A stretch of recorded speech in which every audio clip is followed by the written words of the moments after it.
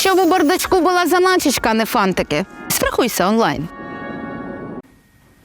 Повоювали і досить. Київ має подумати про ймовірність мирних перемов з Москвою.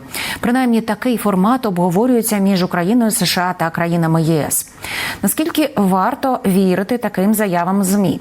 Відповідь озвучив Володимир Зеленський. А ще президент України прокоментував статтю Валерія Залужного, яка спричинила багато реакцій у світі. Подекуди настільки гострих, що Банкова вже публічно вирішила покритикувати дії головнокомандувача.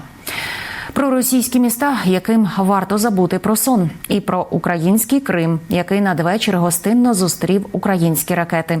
Більше про події 619-го дня Великої війни дивіться у матеріалі Олексія Пасака.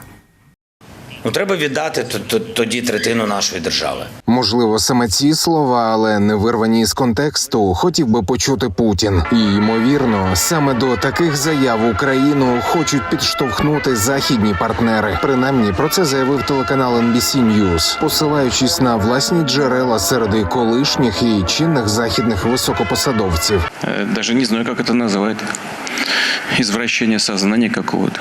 NBC стверджує, між Києвом, США та Євросоюзом вже почалося обговорення щодо можливості мирних перемов з Росією. У мене челюсть отвалилась. Я говорю, що у вас вот так? Ну да, у нас вот так. Серед тем розмови і те, чим може поступитися Україна задля завершення війни. Діалог розпочали через вже звичне, глибоке занепокоєння Заходу. Але не лише складною ситуацією на фронті, а й політичною кризою у США. Офіційно у Білому домі вже повідомили, що почали давати Україні менші пакети допомоги через відсутність ухваленого в Конгресі нового великого траншу. Чи тисне хтось на Київ? Президент Володимир Зеленський категорично це заперечив. Я не знаю, хто це публікує. Я не знаю, для чого це робиться. У мене не дуже неприємне відчуття, що навіть ми, українці, в медіа також підтримуємо цю тематику. Всі знають моє відношення, співпадає з відношенням українського суспільства, і тому ніхто не тисне на мене сьогодні з лідерів ЄС, Сполучених Штатів, тощо, серед наших партнерів, щоб ми зараз сіли з Росією, розмовляли і щось їй віддавали. Не буде такого. А ще Зеленський прокоментував колонку головнокомандувача Валерія Залужного у виданні «The Economist». Говорив про ризики статичної війни і глухого кута для сил оборони. Згадував песимізм усіх військових експертів світу на початку великого вторгнення. Наголошував на потребі посилити українське небо як літаками, так і системами ППО. А ще згадував вже успішні масштабні операції ЗСУ. Ми були рік тому в складній, дуже складній ситуації, як зараз. В патовій ситуації, всі сказали в патовій ситуації, все, просто всі забули.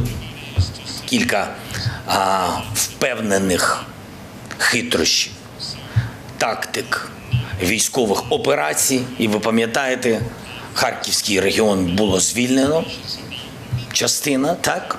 І ви пам'ятаєте, що було в Херсоні. Тому є складнощі, є різні думки, різні, так воно і є. Я вважаю, що ми не маємо права навіть думати і опускати руки. Тому що яка, скажіть мені, альтернатива? Що треба? Треба віддати тоді третину нашої держави. Це ж буде тільки початок. Він же цим не закінчить. Ми ж знаємо, що таке заморожений конфлікт. Ми ж для себе зробили висновки.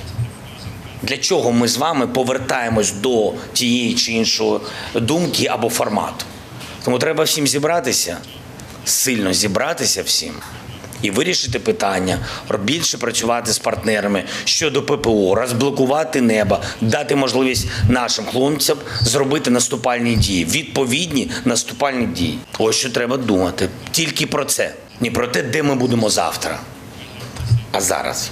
Але якщо президент не говорить про позицію Залужного особисто, то це чомусь вирішили зробити на Банковій. Заступник Єрмака Ігор Жовква в етері телеканалу 1+1 заявив, що головнокомандувач даремно озвучує на загал проблеми війська, адже це буцімто викликає панічні настрої серед наших партнерів. На місці військових також я б, напевно, найменше, що б робив, це коментував для преси, для відкритої публіки те, що відбувається на фронті, те, що може відбутися на фронті, якісь варіанти.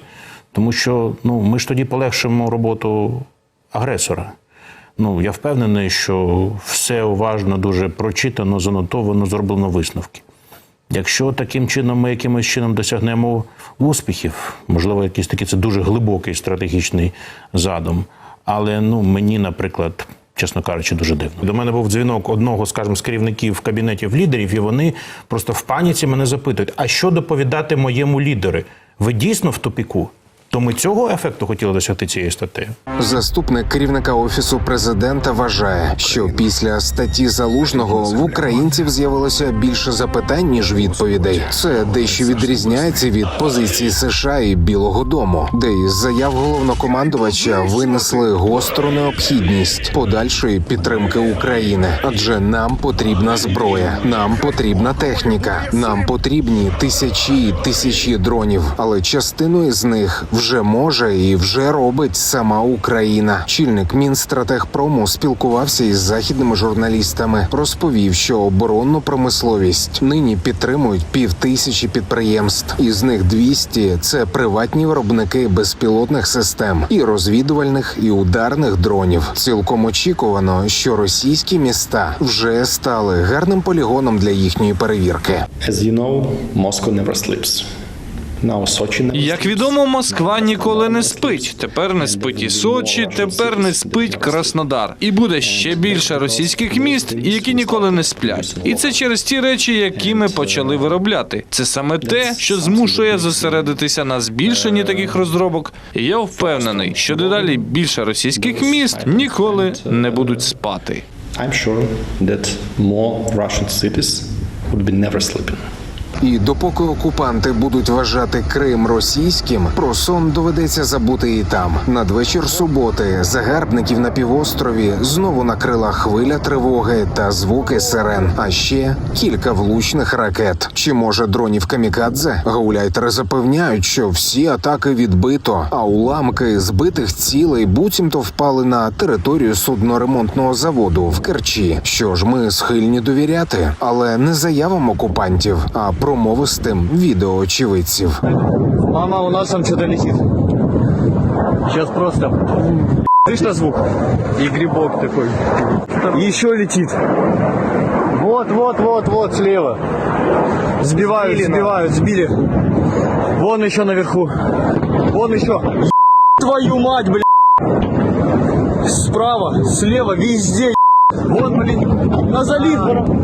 Ага, вон залив подорвали, залив. По заливу, ебать. Ты смотри, какой звук. Оно по кругу, оно везде. Ё.